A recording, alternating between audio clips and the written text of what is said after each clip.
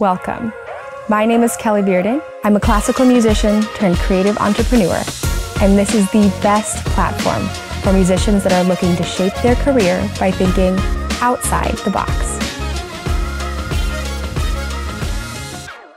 Today I have Dr. Susanna Garcia and Dr. Kiat Lim on our Outside the Box podcast, and I'm so excited for this joint interview because obviously you guys have worked together in a lot of capacities. But before we get into any of the, how eNovative came to be and how you guys ended up meeting and working together, let's go back to day one of musical training for both of you. Susanna, if that's okay, let's start with you. When did you first start playing piano, and was it even your first instrument, or did something else come before that? Gosh, I have a lovely story, which is that my mother was a really, really good pianist. And my mother was Italian, and she came over to the U.S.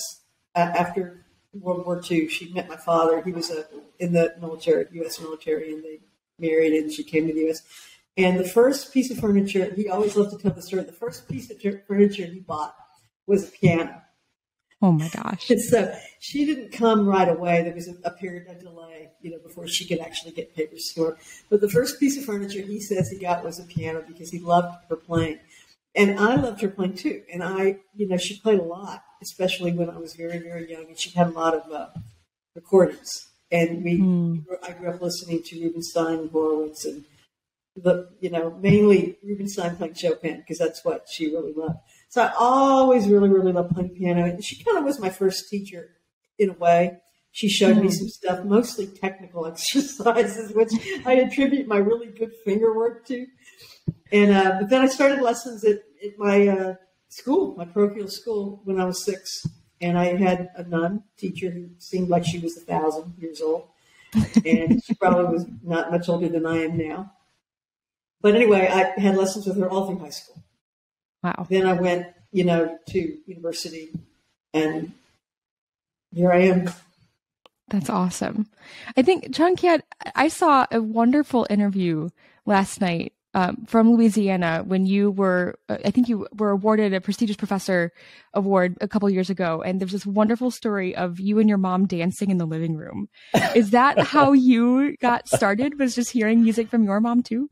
I think, definitely there's a lot of music at home that we didn't appreciate at that time, Like, I think maybe even in the interview I said, when I was much older, that I realized that the music that we heard in the living room that I was dancing to with my mom was like Mozart symphonies. But before that, we just heard it as just regular music, like background music at home, But my experience is probably a little bit different. Both my parents did not have any musical education, actually. But somehow they felt like it was important for us to have that. And I had 2 older sisters. And, Malaysia is a Commonwealth country. So, we were, our education system is very tied to the British system. And in Malaysia, what was very popular was the Associated Board of the Royal Schools of Music that's tied to the Royal Schools in England. And so every year, the examiners will fly in from London, and all the theory exams will be sent back to London for grading. So that was very popular in Malaysia and also in Asia in general. But my parents just felt like, all of you had to learn music to some capacity. And he told both of my sisters and myself, when you reach grade 8, which is sort of like a pretty high level, right? Almost like collegiate level, he says, then you can stop. But until then, you have to finish it. So when it came to my turn, I just felt like it was a natural thing that we had to do, right? Because my sister had to do it. So now it's my time. I have to do it too. So we never fought. I never the rite of passage. So much. Right, exactly. Well, my 2 sisters actually ended up all in finance, and I'm the only person who's stuck in music. They set a really good example. Yeah, it definitely helped me, I think. Oh, that's awesome. Oh my gosh. So when both of you were looking at university, and I'm sure that these stories are going to be wildly different, what were you looking for? How were you deciding where you wanted to study? What were some of the important factors for you, and where did you end up settling? Maybe, Kiat, if you don't mind, we can start with you. Well, it's sort of like, it was not so straightforward because when I was growing up, and that was, not that many years ago, but really in Malaysia, getting a degree in music wasn't that common 30 years ago. And so because I was tied to England, a lot of times people would go abroad. Actually, everybody who wanted a degree in music had to go abroad. And oftentimes it would be England, right? And I think because of that tie, I think, growing up, I was maybe a little rebellious. And I said, I don't want to go to England. I want to go somewhere else. And I think that's kind of how I ended up. So I've gone through all the curriculum, of the Royal Schools of Music. And then when it was time for college, I actually started college in Malaysia. And what was very popular during that time was a tuning program, where you start off your education in a local college in Malaysia, and then they would have a sister college somewhere else abroad where you would tune to. And because of the agreement, when you arrived wherever that is, then you would have had all your credits transferred from the first 2 years. So that's what I did. And we had choices to go to England, to go to Australia or Canada, and the States. And since a lot of my friends were coming to the States and I had a performance grant to come here, I said, well, I think that would be a good place to go. And that's kind of how I started, and I ended up actually at West Virginia University, and I had a wonderful teacher there, Dr. James Mutenberger. And my idea at that time was that when I completed my master's, I would be done with school and I'm going to go home to Malaysia, and, we'll talk more about that. But of course, so I was giving that one away. She's like, yeah, that did not go well. Yeah, that happened. But when I finished my undergraduate, I was determined that I have to go to a different school, because in my mind, my master's would be my terminal degree. So let me just go to a different school. I ended up going to Cincinnati. And when I was there, all this amazing, musicians were there. And that's when you realize, like, the more you learn, the more you realize you don't know anything. And you realize I cannot stop at this point. And that's basically my journey in music. Oh my goodness. Do you feel like when you got to grade 8, it was kind of the same feeling? Like, okay, I've accomplished this, but now that I've gotten this far, I might as well just keep going. Is that kind of how you ended up going to college for music? Well, that's a loaded question too, because actually when I was growing up, I really wasn't sure if I wanted to be a music major. And so the education system in Malaysia was actually a little different because, the education system period, not unrelated to music, because we didn't really have music courses at school, not classical music anyway. We had marching band, as it is very common here in the States too. And actually, I was in the marching band. You would probably never guess the instrument that I played when it was in marching band. Susie probably doesn't even know, but I played the trombone, believe it or not. This is not a story I've shared many, many times, but I was in the marching band playing the trombone for many years. And what happens is when you go to secondary school is from like grades 7 through 12. Okay, when you're 13, about 15 or 16, you have to take a standardized exam. This is sort of like, for the whole country. And that exam determines whether you go towards the science or towards the arts. And so like if you were really, if you excelled in math and in sciences, then you probably go into the arts stream and vice versa. So actually, I ended up going into the science streams. So when I finished high school, my two choices were like, either I was going to go into med school or music. And of course, I think my mom was probably a little disappointed when I chose music. It's like, oh, you could have gone to med school. And, but of course, now she's very happy. So that's basically what had happened before. So up until I was in high school, I did not know that I was going to end up being a musician. Wow. Susie, do you feel like you knew early on? Was it a clear path for you? Yes and no. I have, it's surprising that I have known Kiat for so long and I've only now heard the story. But I think there's some similarities in our trajectory that that we've never really talked about. So this is kind of fun. But no, I had a lot of options. I was a kid with a lot of precocious academically.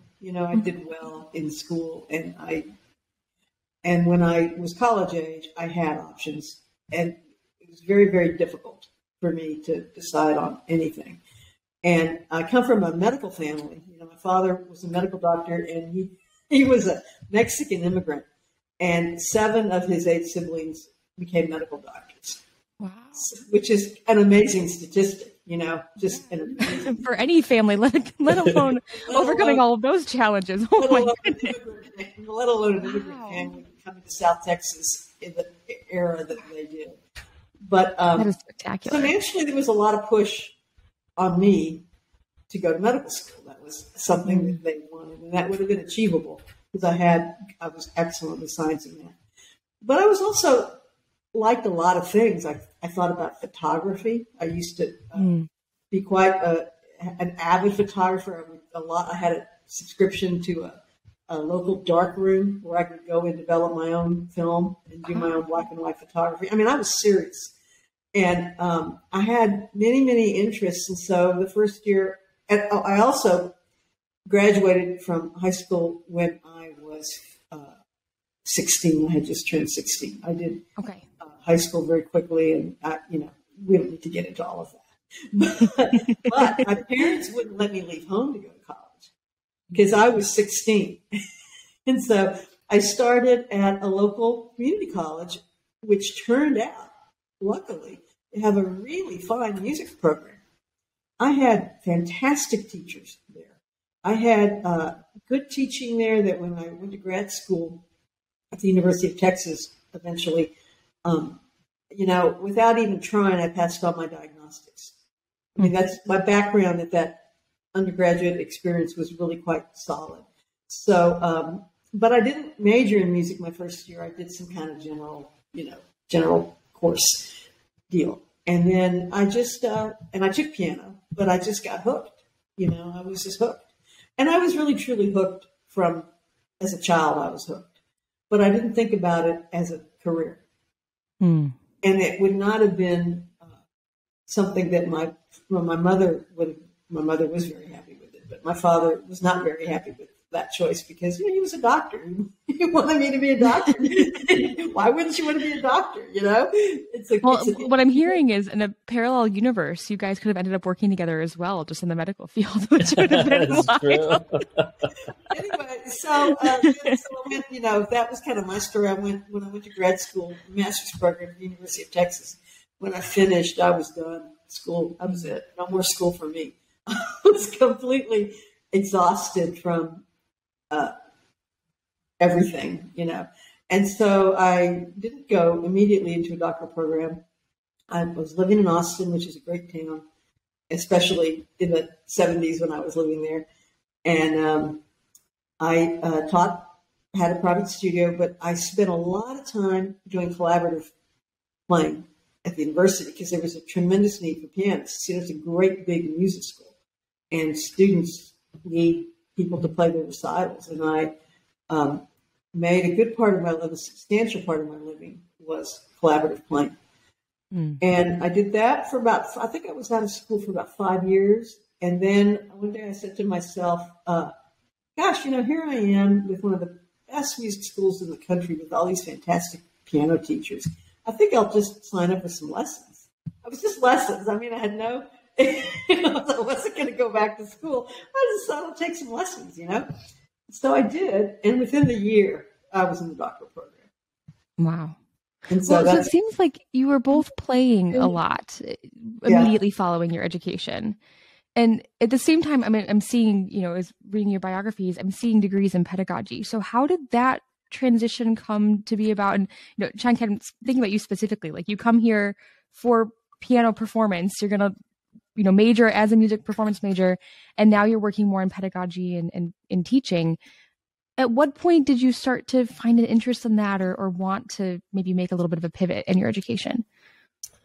I think, when you are young, you always feel like the reason why you go into music is because you fall in love with the music and you just want to play, right? I mean, I think it's very rare that you have a child who's 7 years old who says, I want to play the piano because one day I'm going to grow up to become a piano teacher, right? And so I think the first love is just the music itself and to be able to perform.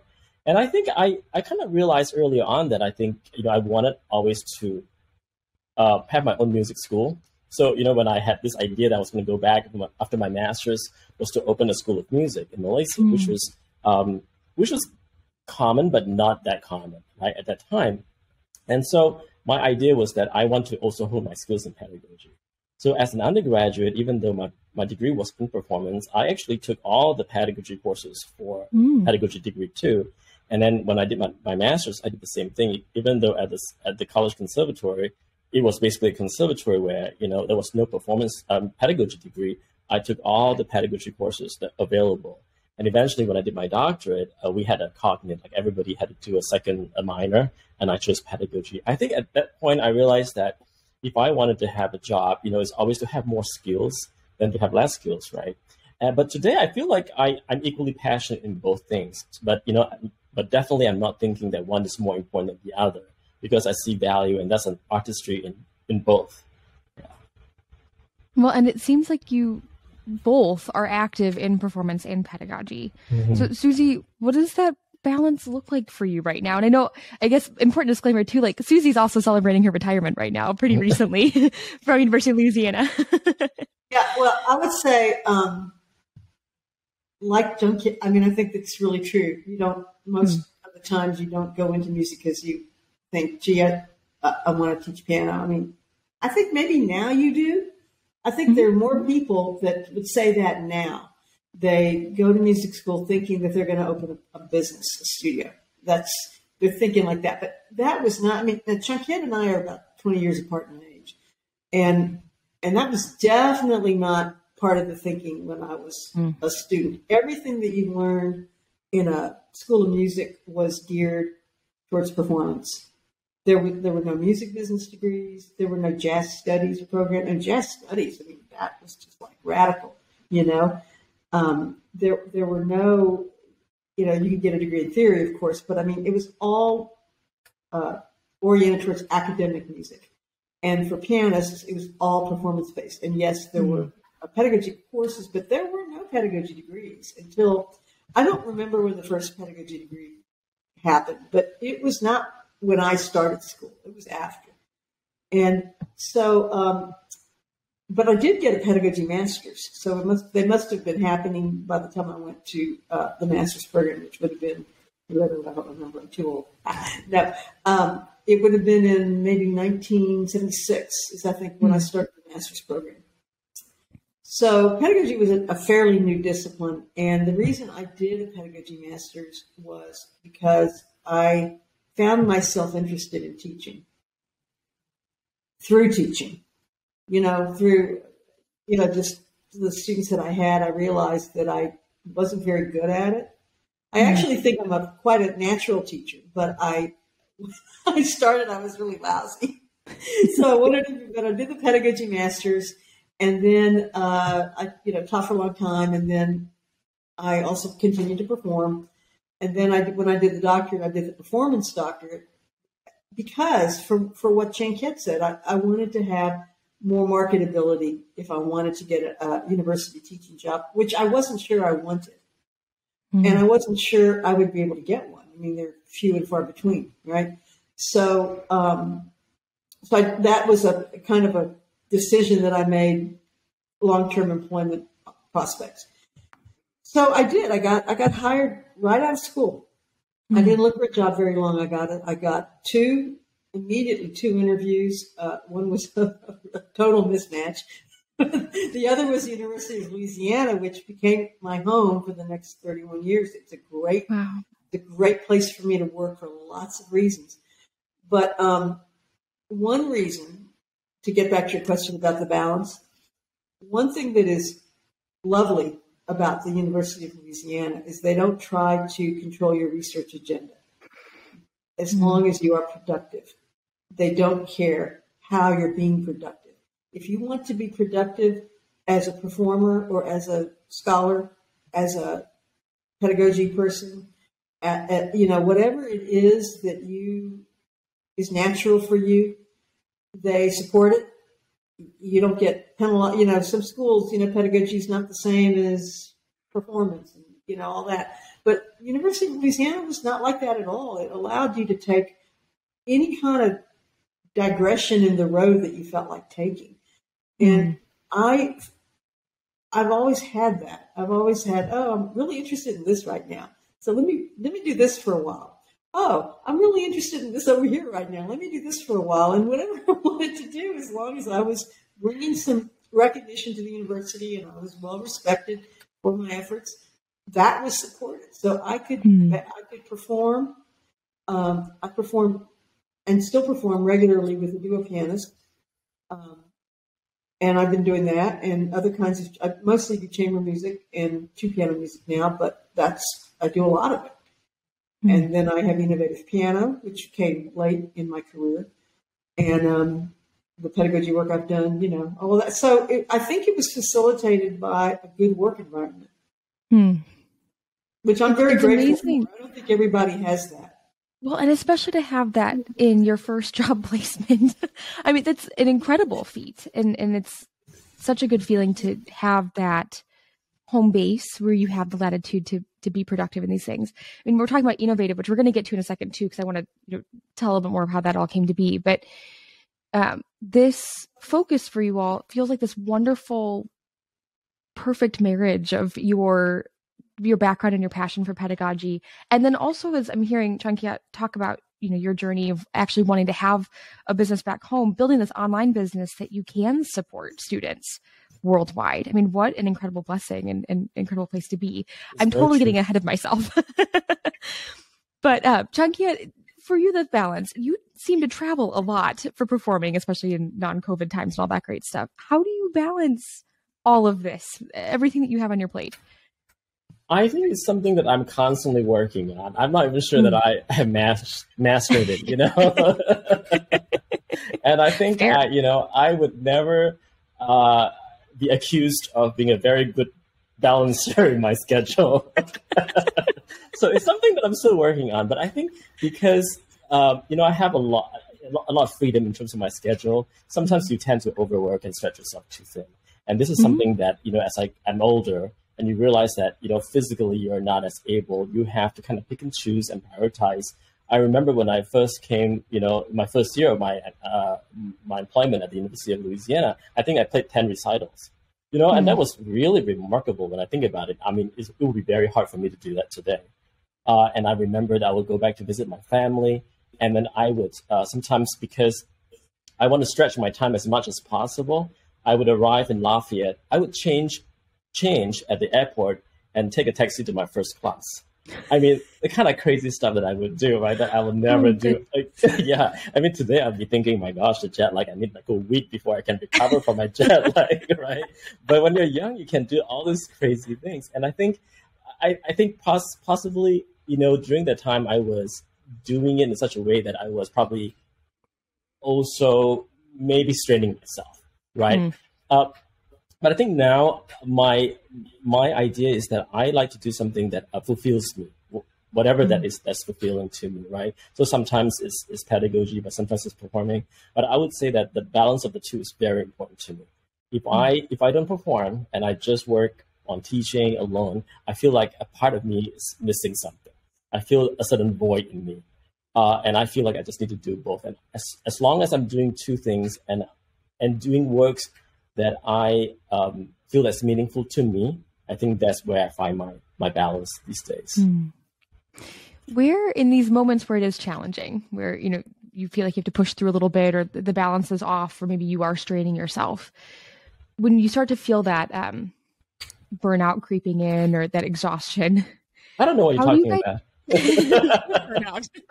Well, fine.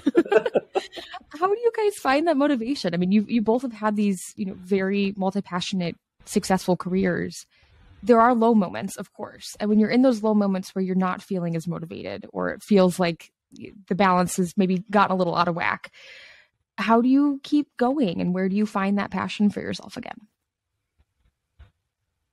Well, I mean, I watch my younger colleague, Kiat Lim, drive himself to the point of exhaustion. I've been watching him do it for years now, and I wonder when he's going to break, but he never seems to. He seems to have like boundless personal energy, but I'm sure he doesn't. I'm sure for me, I work really hard, and I love everything I do. I mean, I have the luxury of never having to work on something that I don't want to work on. And I approach, and I think that's good advice for anybody. I mean, don't do something because you think you're supposed to. I mean, I think we all do that a little bit when we first start out our careers.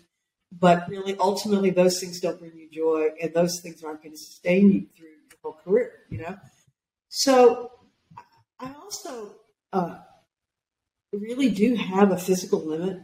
I mean, it's really not a physical limit, it's a mental limit. There's only so much I can do.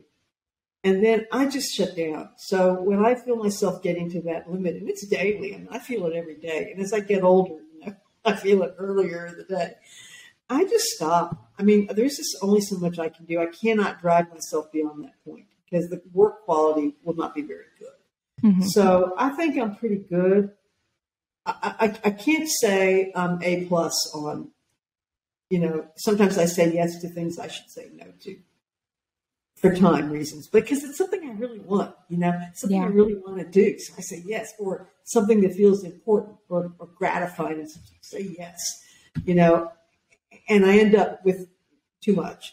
But I don't think I have a really big problem with that. I have a sort of a medium problem with that, and so I think you have to listen to your body is what you have to do, and you just got to stop it, because if you don't, time will do it for you. As I'm learning. Also, I think you sort of find your limit. I think, for those of us who are, very productive, we tend to maybe overstretch ourselves, right? And then sometimes too, like when you're invited to play concerts or give presentations, and usually they are like 6 months ahead, sometimes even a year ahead. And it sounds like, wow, yeah, that's a month, a year away. Of course I can do it, right? Of course, in between, you never consider there are like 15 other things that also happen. But then, you at some point you do push yourself to like the absolute limit, and you realize, okay, this is my limit and I cannot go more than that. But sometimes you have to almost make that mistake to know that that is a limit, right? I think that's something that I've learned over the years. And then now I kind of sort of like find a better balance. But the other thing too, I think what happened in the past is that when you overdo things, what you do is that you eat into other things that are also important in your life, right? Maybe it's your health, or maybe it's your family or friends, whatever it is that you also could expand or need to expand on, and you eat into that. But I think ultimately you learn from those experiences and say, okay, you know what? That is not what I want to do, right? It's not worth it to me, and let me reprioritize. And I think that's one of the skills that I've learned over the years, is how to prioritize and how to really be honest to myself and say, what are the things that are really important to me, right? And then only focus on those things. You know what else is good? A hobby. Hobbies are good. Yeah. So I'm a bird watcher. I go birding, and I travel all over the world to do it. And if I go to another country for recreation or work, I always carve out a day to go birding. And a lot of times I hire a guide. In Malaysia, we hired a guide. We went, Kiat didn't join us on this, but we hired a guide. We were in Malaysia for a conference. And, that was in the early years of eNovativePiano. It was our one of our very first conference presentations before it was even a commercial product. Anyway, but I hired a guide for 3 days, and he picked us up in this tiny, tiny car at a hotel and drove us all over Malaysia. And he was an expert birder, and it was a wonderful thing. But I mean, birding is a kind of it's something that takes time, and it takes quiet, and it's slow. So if you go birding someplace, you might have to drive someplace to get there, or fly someplace to get there. And you have to be out in that environment for a long time, and you just have to wait. You have to wait until something happens. And sometimes nothing happens. Sometimes you're there for 2 hours and nothing happens. But sometimes you're there for 5 minutes and birds are, landing on your head. I'm exaggerating, but birding is something that has really kept me, I don't know, in a real good, it's kind of like my church. It grounds you.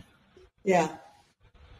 It's important to have something that is non-musical, I think, that you can define yourself in another way. Otherwise, all of this work that we do can become all-consuming. And if your only definition of yourself, and the only definition that people give you is as a musician, you feel so isolated or stuck in that definition that then all the other things that you could be passionate about almost feel like they're taken away from you.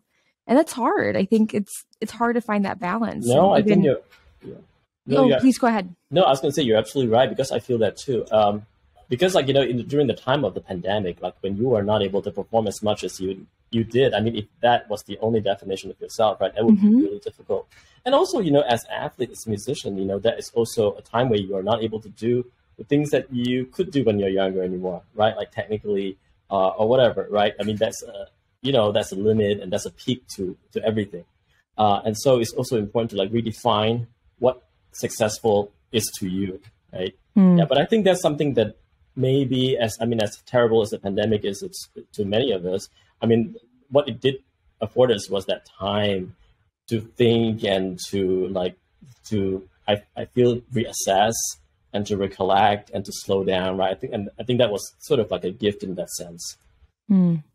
What are some of the hobbies or things that maybe even picked up over 2020 that have helped to ground you? For me, I think gardening. I've done a lot of gardening during that time. And I've always enjoyed gardening. And, in the house that I'd lived before, I had two humongous oak trees, one in the front and one in the back. And I never had a lot of sun.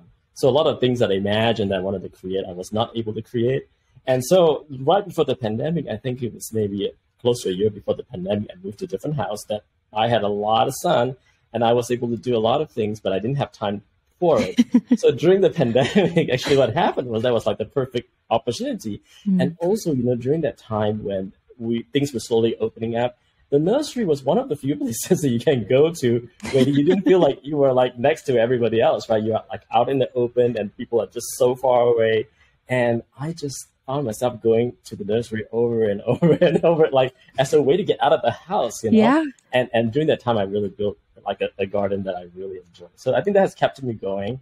And like Susie said, when you're, in nature, it really grounds you, right? Because you are, when you're like pruning roses or whatever it is, you have to really just focus on that task and you just lose yourself in it. So. How do you both help your students with this? Because obviously in today's day and age with the university, not only is it, heavy coursework and practicing expectations, but I also think there's this other kind of external pressure, especially on student musicians right now, increasingly in social media, where like students are, posting practice videos, which I think is wonderfully helpful and it's a good accountability tool. But I think it also puts pressure that they're seeing their peers, on social media, like what seems to be practicing 24/7. And I think it creates a little bit more guilt for them. They're not. And yes, they're not practicing 24/7. But how do we support students in this? How do we help them find this balance so that they don't burn out or lose their passion, immediately after school, which I feel can be common for a lot of students as they're getting out of, especially a master's program, that big run of school, you kind of hit pause and it's a lot. So what does that look like? Or what do you kind of help try to teach your students? For my students at the collegiate level, I feel like they don't struggle so much about, should I do more practicing or not? I think that's not so much the main struggle, but I think what they do struggle with is that many of our students do have to work and support themselves. And so, having to maybe work 2 other jobs and to be in school full time and to find time to practice, I think that is something that is really difficult for them. Both, just in terms of physically too, but also in terms of stress of how do I pay for school and all that, kind of managing life, right? So I think a lot of the help and sort of like advice that I've helped students with is a lot along that line. How to find that balance, how to be successful in school, how to not try to focus so much on making money to the point that you lose what is important in school. Because sometimes, you want to sort of be able to pay your school fees, but you also want to drive a nice car. You also want to have a really nice phone, and all of those things that may not be so important at the time. So helping them know their priority as a student. I think that's one of the things that I feel is my main goals. I so agree about the stress on students today. Excuse me. That there's a financial stress. I mean, it's always, financial chunk. It required money, right, to go to school. But over the 31 years that I taught at UL Lafayette, I saw a real change in stress level over time.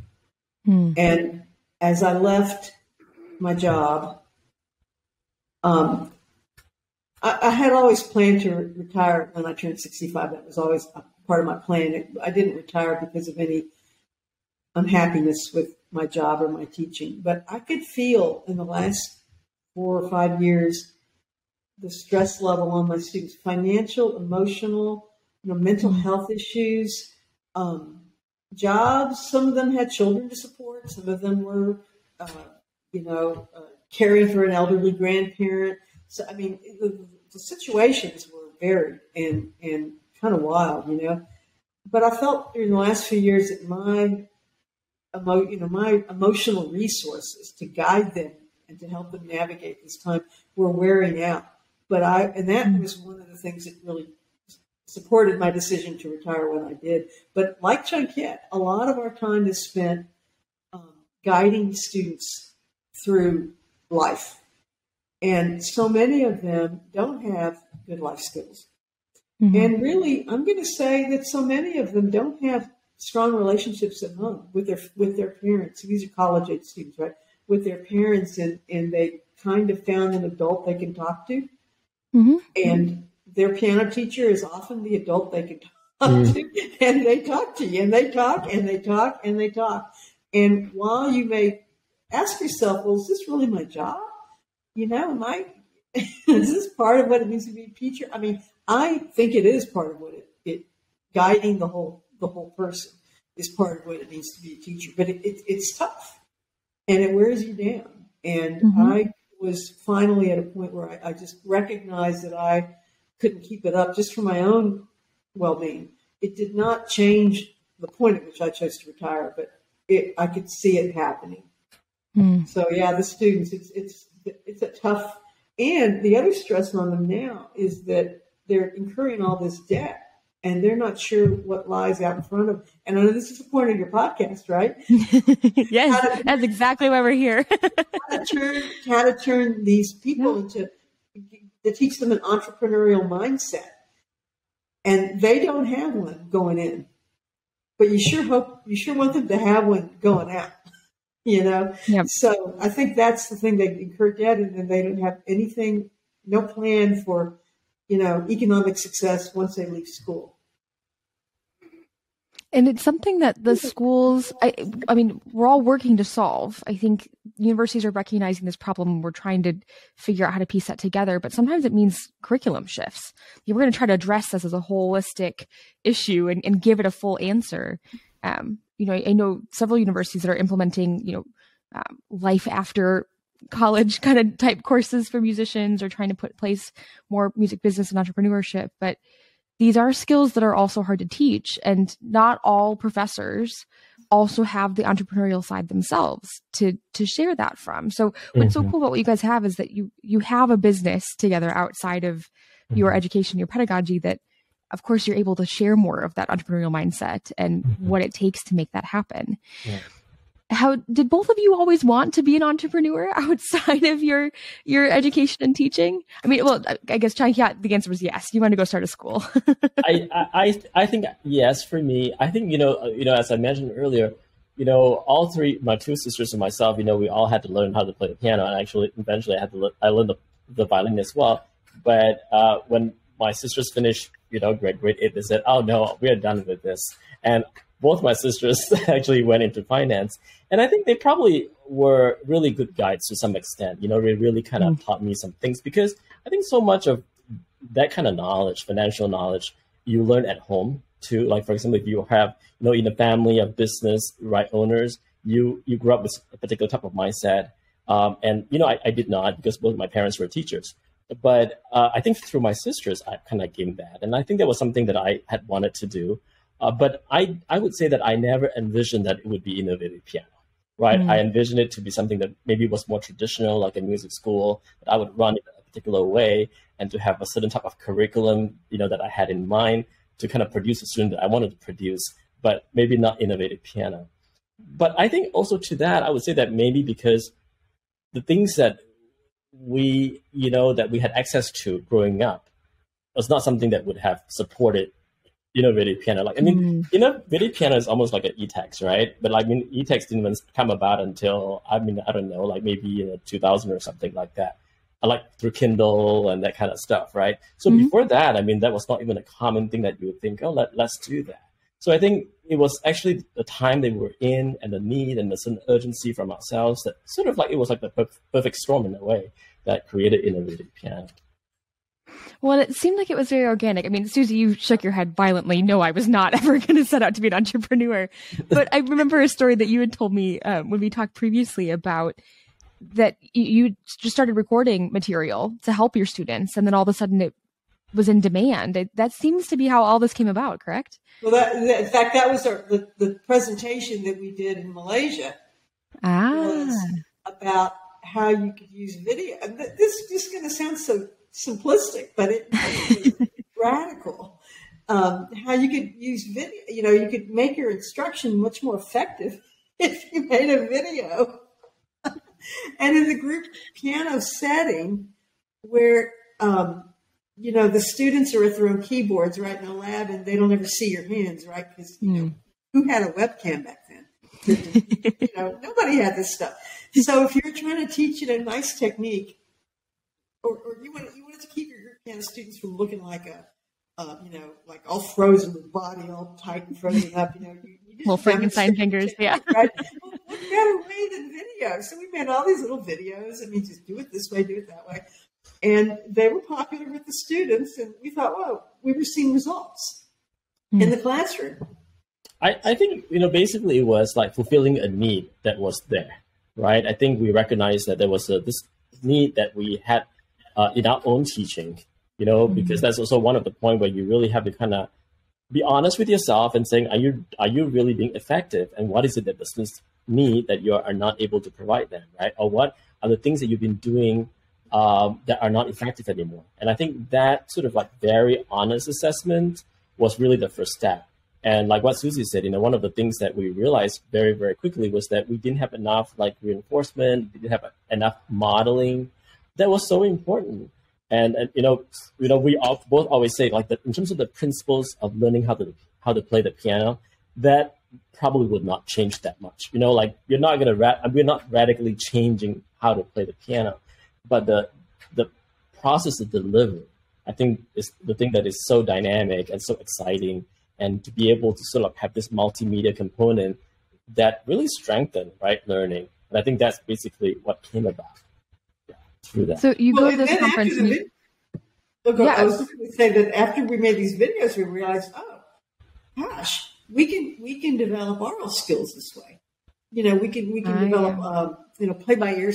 Everybody, playing by ear is an important yet undertaught component in a curriculum. And partly, too, you couldn't do that, with a regular textbook, right? It would have to be a separate component, right? And I think that was one of the things that came about. But really, with eNovativePiano, when we first created all these videos, we never thought that it would be a commercial product. It was something that we did because we needed to help our students and to make our teaching more effective. And I think that's the beauty of it, right? Because it really came from a need. When you first started sharing this with your students, were you recording like on a phone or with just like a video camera? And then where was it going? How were they accessing this? No, we were recording with a camera. We had that. We would script our.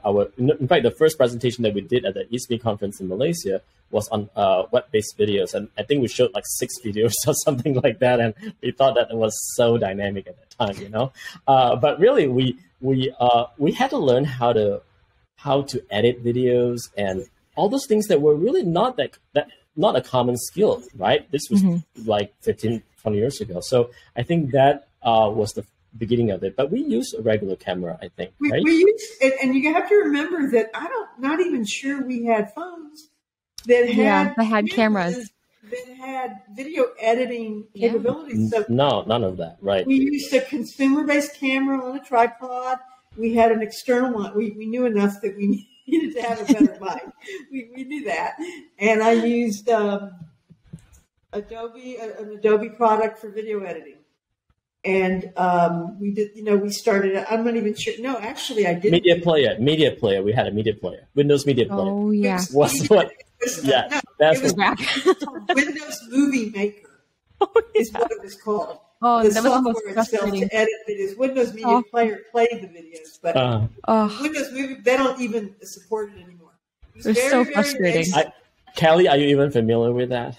I am. You know what? I used to edit when I was in like middle school and high school, all my solo and ensemble recordings or like audition recordings. I used to use it. Man, I hated that thing. It gosh, it was so clumsy.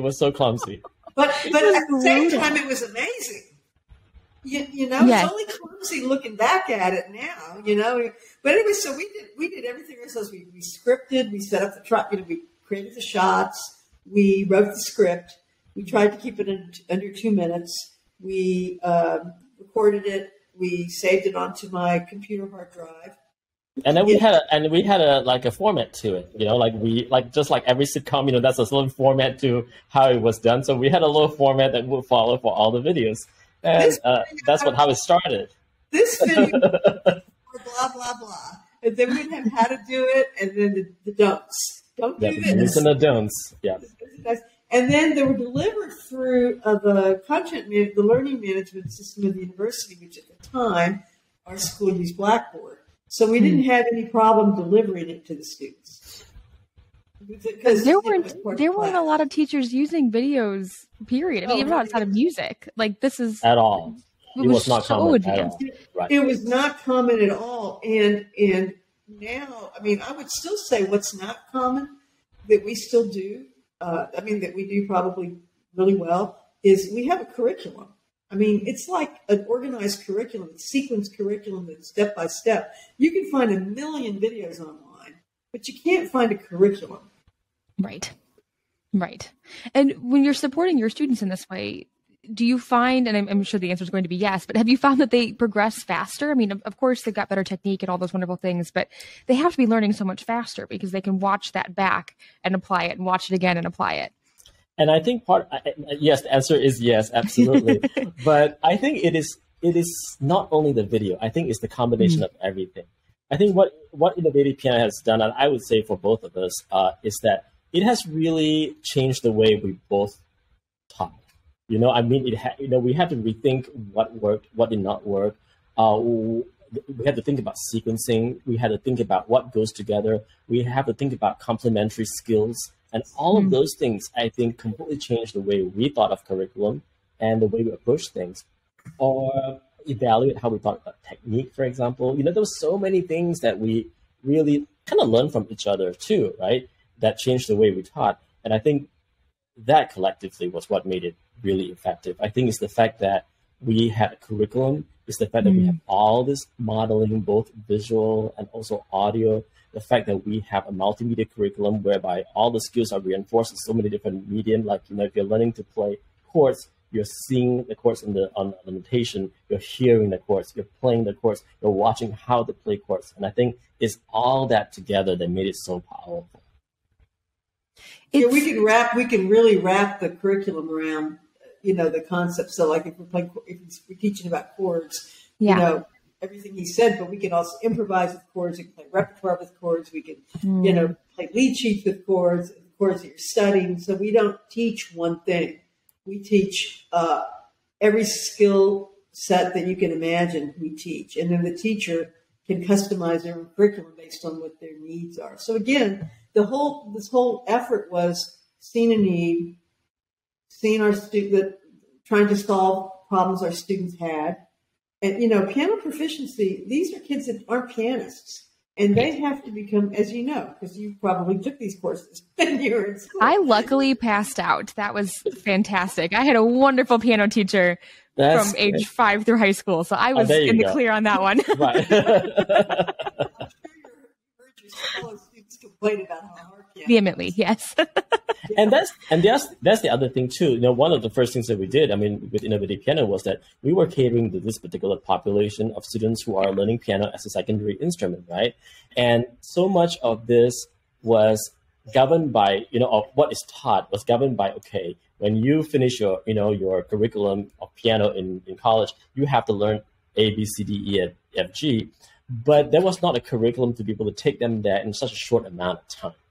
You could probably understand how to do those things and struggle through it, but to be able to build beautiful technique and to be able to have not just beautiful technique to that point, but to have lasting technique afterwards, you really have to have an approach to teaching it that makes sense, So that also got us rethinking about how do we sequence teaching technique and physical comfort so that students are able to learn these things thoughtfully and also effectively. And that, we realized also that technique is never an isolated component right? It's related to the ears, it's related to what you see, it's related to how you feel. And I think those were things that were very, very innovative that were never stressed before in any of these textbooks. So I want to add the ability to apply these skills that you're learning to different situations. And I will always remember the first day, the first class I taught at UL, when I took, when I was hired in the very first class in group piano I taught. I went in, and it was probably a piano 3 class. And the kids in that class, they could play their chord progressions, the 1-4, 1-4-1-5-7-1 in that particular voicing that everybody teaches. And they could play that in all the keys. And I said, okay, well, show me. So they go, they play the chord progression, and they go up a half step, play the chord progression. And so they can all do it, So I stopped them and I said, okay, well, start on F. Instead of starting on C, which is where they were starting, I said, start on F and see if you can just play that one chord progression for me on F. Not a single one could. They could only do it if they were starting on C. And I realized, all muscle memory. And they couldn't even really, how useful is this going to be? Are they going to be able to harmonize a melody with this chord progression? Are they going to be able to improvise with it? What good was it? And that, in the old days, sadly, that's how a lot of group piano was taught. You have to play your scales hands together 2 octaves in all the keys. What possible use is a secondary piano student going to have for that? And so we decided to rethink how group piano. We weren't the only. Don't get me wrong. I'm not saying we invented this new way of thinking. There were many, many, many people who were very important in redesigning the content and the reasons for teaching group piano and how important it was in creating professional musicians. We just jumped in and started creating content to support those ideas. But they were important. It was an important change in group piano. Yeah. Well, so you go to this first conference and you present this, and I'm sure there were a ton of follow-up questions because everyone was probably curious as to how you were doing this. The main one was, how can we get these? Yeah. So at that point, you're thinking, okay, now we need to figure out how to package this. Yeah. Well, actually, the first conference that we did in Malaysia, it was really kind of very cursory, but the one that really got a lot of traction was when we presented at the at GP3, at the Group Piano and Piano Pedagogy Forum. And I think that was in Norman, Oklahoma. I think it was like in 2007 or 8 or sometime around there. And these are a room full of group piano teachers. We just have like 100 group piano teachers in there. And I think that's when I think people really got interested and was asking, how can we get this? Because at that time, having this web-based videos were not a thing yet.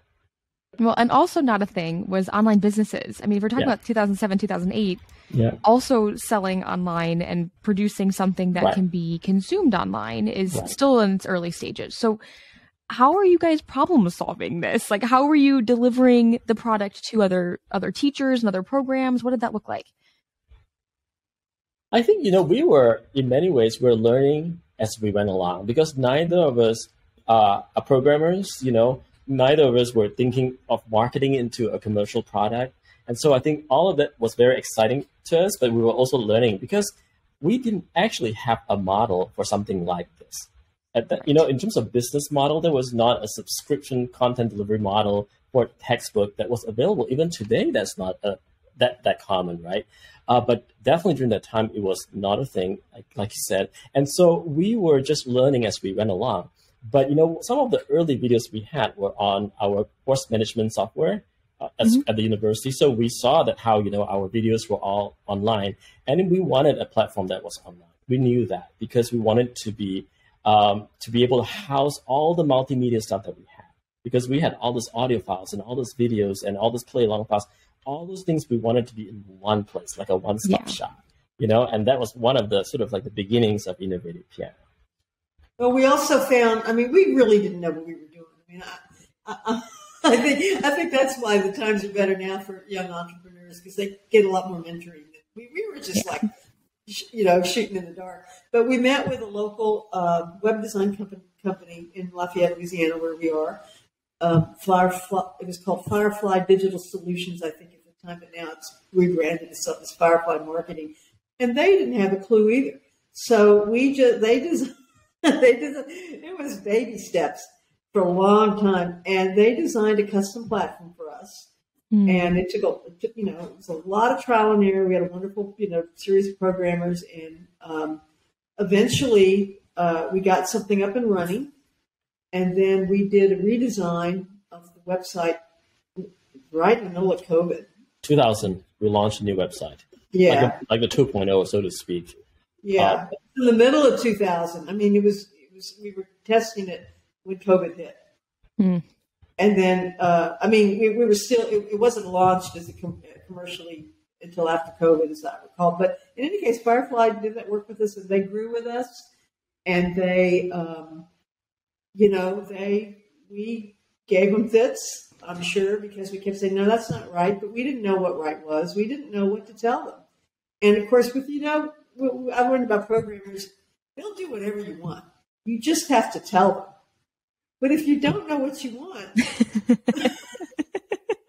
makes it really hard. So I know how to talk to programmers now. That's the biggest thing I've learned. But it was also a very exciting time because, like I said, both of us didn't have background in programming. But at the time, because it was something that was unconventional, we couldn't say, just build me a web page. Right? Mm-hmm. We were very much a part of the process of how to design, how to customize this web page, what are the things that we needed, the vision we had. We wanted a media player that would open this way or that way. We wanted a page that had these functions and that function.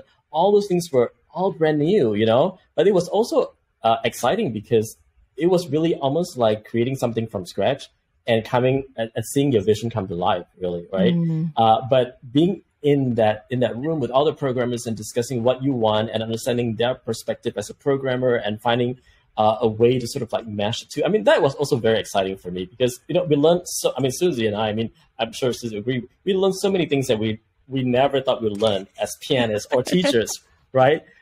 From editing videos to even to some point, like learning some of the basic programming codes, right?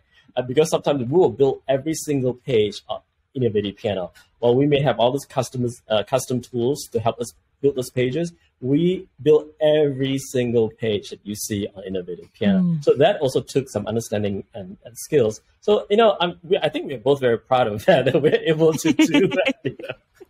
We design we create all the content. We design every single score you see is something that we have engraved. And of every single video we've made, every single audio file we've made, every page we've laid, we build those pages. The web design company just created they created the platform for us to exercise our creativity.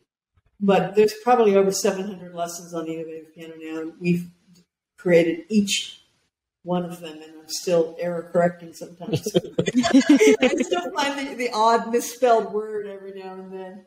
So we've learned, we are so broad in our skills. We've learned so much. Yeah. Well, I'm sure when it came to 2020 and moving your university teaching online, this probably brought a lot of advantages for you guys over colleagues that had not had this experience. Yeah, absolutely. I think we were in many ways ahead of the curve. And the transition was very, very easy for us, really, because even before that, Susie had already done an online course, was already teaching an online course. I was teaching already a hybrid course. So we already had the element of teaching online and finding ways to be able to do that. And of course, eNovativePiano being online, all the delivery was already, on the web. So I think that transition became very easy for us, both in terms of having the content available, but also in terms of the skills we have in terms of like maneuvering technology and needing what, and having what you need to be able to go online. So I think we were fortunate enough to have that, but also fortunate enough to be able to help other teachers during that time. We made it, available and complementary to any teachers that needed it during that time. And I think that was probably a huge help for the community. Well, it seems like something that has grown with you guys, especially in the last 2 to 3 years. That Enovative, you did the whole rebranding right before COVID, so I'm sure that things are going really, really well. And then, it was great timing to have a new website and everything up and running at that point. But have you seen a lot of growth in the program and subscriptions in that time? I think that online teaching in some form is here to stay. Yeah. I think that every college faculty member understands that something can happen. And they're going to be forced to go online again.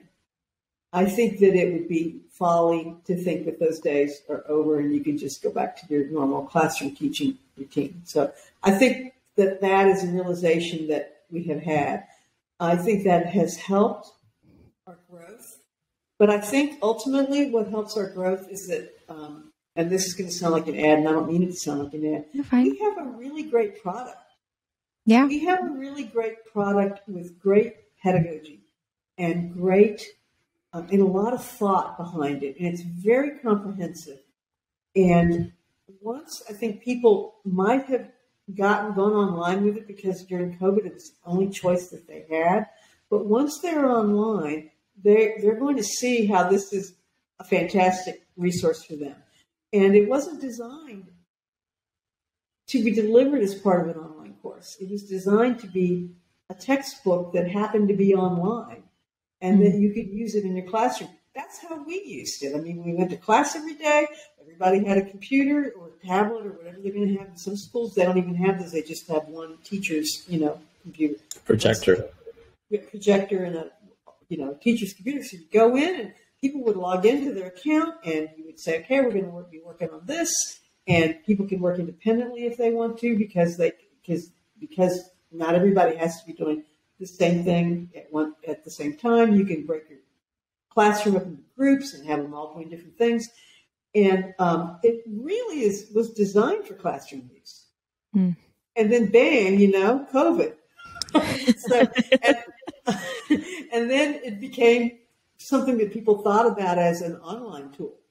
But it would be a mistake to think of it as only appropriate in the online setting because it's such a great pedagogical product with really strong outcomes. So we did grow, and I think it will continue to grow.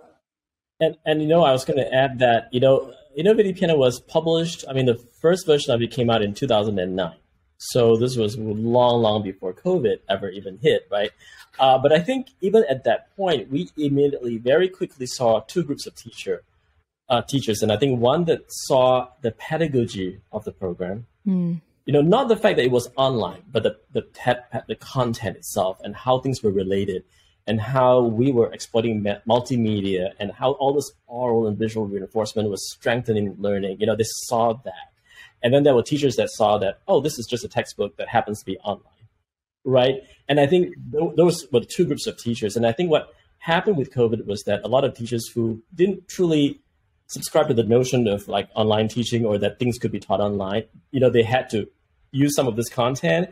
And I think through that process, they realized that it was much more than just, scores or videos that were online because the curriculum is so tight and the sequencing, I think, is very solid, right? And so I think maybe, hopefully, I like to think that we kind of converted some believers after that, like people that truly believe in our pedagogy, right? And I think a lot of times when we go to conferences and talking to teachers, I think we both get the most excited when somebody just says, oh, yeah, I totally get that. And, where they resonated with us pedagogically, that's when we feel so fulfilled. You know what I mean? And I think coming at it from that, I think I like to think that a lot of teachers also saw what we were trying to do. So that was very gratifying. Well, it's something that in the last couple of years, I think a lot of private teachers have tried to find a balance in, like this idea that you can have online resources, for example, or have some pre-recorded material so that you're not just seeing a student once a week and then sending them off on their own and like, hope it all goes well, like happy practicing. And that has been a stressful thing for a lot of years. I know I even had students when I was teaching at the beginning of COVID that would be online, that in their lesson in person, retention was not great because they would go home and they didn't have a lot of support at home and they're practicing that they were struggling and mom and dad didn't really feel confident or comfortable or didn't have the time to support them, which is all totally fine. The student would come back the next week and we would need to review the same things over and over again. And it was frustrating for them and it was slow growth. And then you move them online and now I had families that would put me like on the TV, like would plug me in and I would be like surround sound so the kid couldn't look anywhere else. But mom and dad also saw the lessons then. And so that helped with retention. But this idea of even recording material, if everyone can watch that back, if everyone can help the child problem solve, then the same idea absolutely can be applied younger, which I know Enovative is not necessarily geared towards that, but it's really cool for teachers who are listening right now. Like even if you're not a piano teacher, these are amazing tools that you can use for free. Like now we are in the era where you can use your phone camera, you can upload videos like as unlisted to YouTube and just share them with your students so that they get that support in between lessons and they're not just on their own. And I think what you guys have done and have been working on for, the last 15 years is just the coolest thing because it gives students that backbone in their education so they're not on their own and independent and feeling lost in between classes.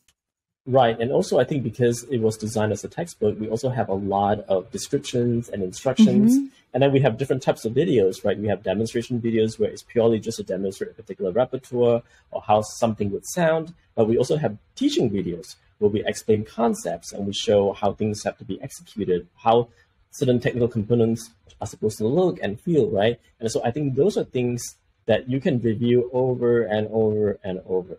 And with having our content online, one of the things that I think, one of the problems that we have absolutely eliminated is that I didn't know how to kind of submit this homework because I wasn't there. I was sick. I was out of town. I was on a tour with choir, because you can always go back and review the way that it was taught. Nice try.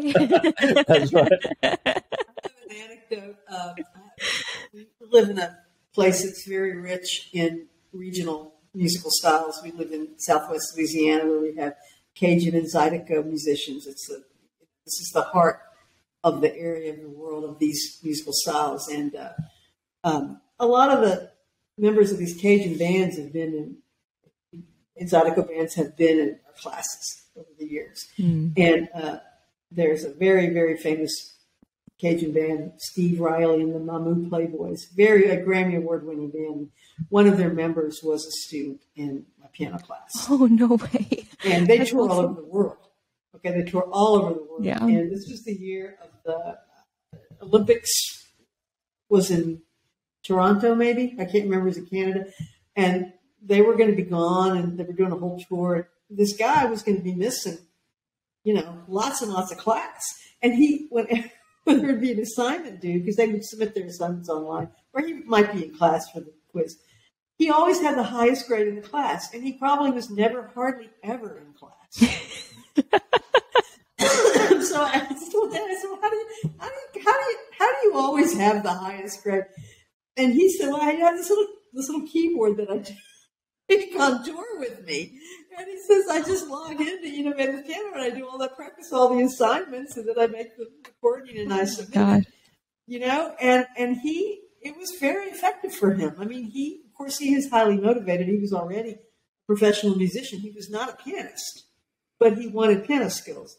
So I love this story because it just shows you the importance of, access to the information, motivation, and you can learn from anywhere.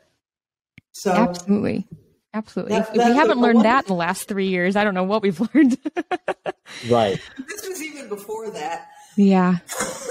And also now we talk so much about, diversity and accessibility, so that also becomes very important because basically as long as you have connection to internet, you can have access to this.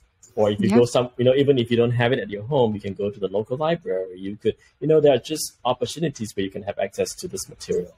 Well, and the fact that you guys are approaching the material as a whole, where this is a holistic approach, focusing on a lot of different styles. You give the example of chords, for example, and all of the different applications that we can have for that. Then you're also speaking to what that individual student is the most interested in too.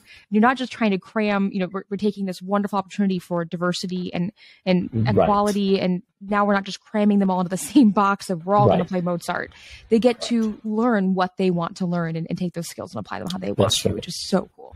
Yeah, and I think diversity of content is something that we talk a lot about, diversity and equity and inclusion, and I'm particularly interested in that, something I'm working on actively.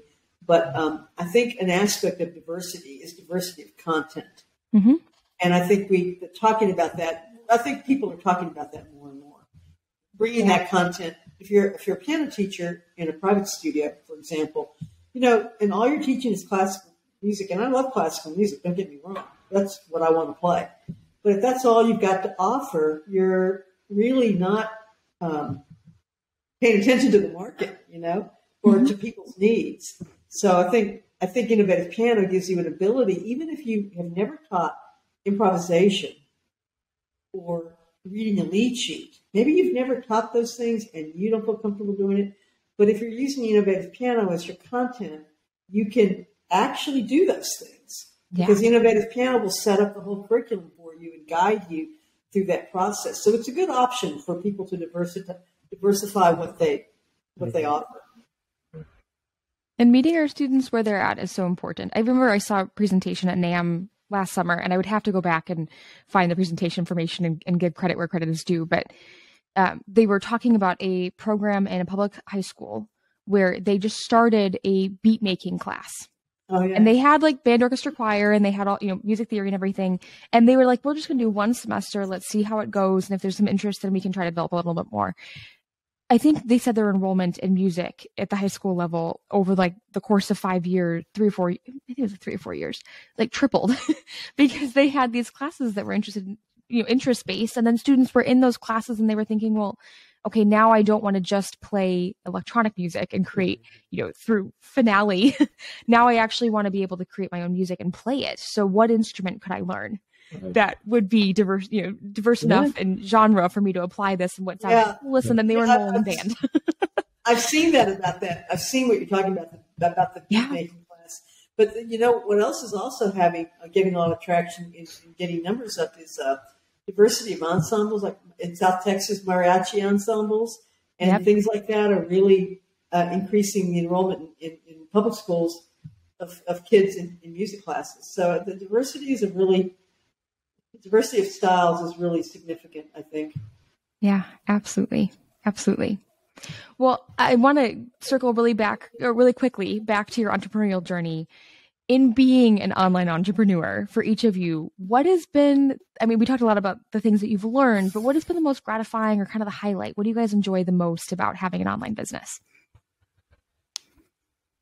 I think, there's so many things. I think at different stages, I think the sort of like the value was different for me, and I think if I have to kind of look at the overall, would be the fact that I think I got a chance to create a product that I'm very, very proud of. I think we're both very, very proud of this product. It's basically our life work. I think this is the single thing that both of us have devoted the most of our life to.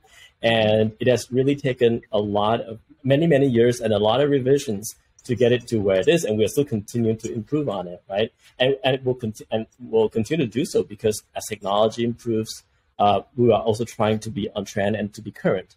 But I think that's something that I'm really proud of because I feel like it is something that is authentic and it's not there, it's not there because of the financial value, but it's there because of that educational value.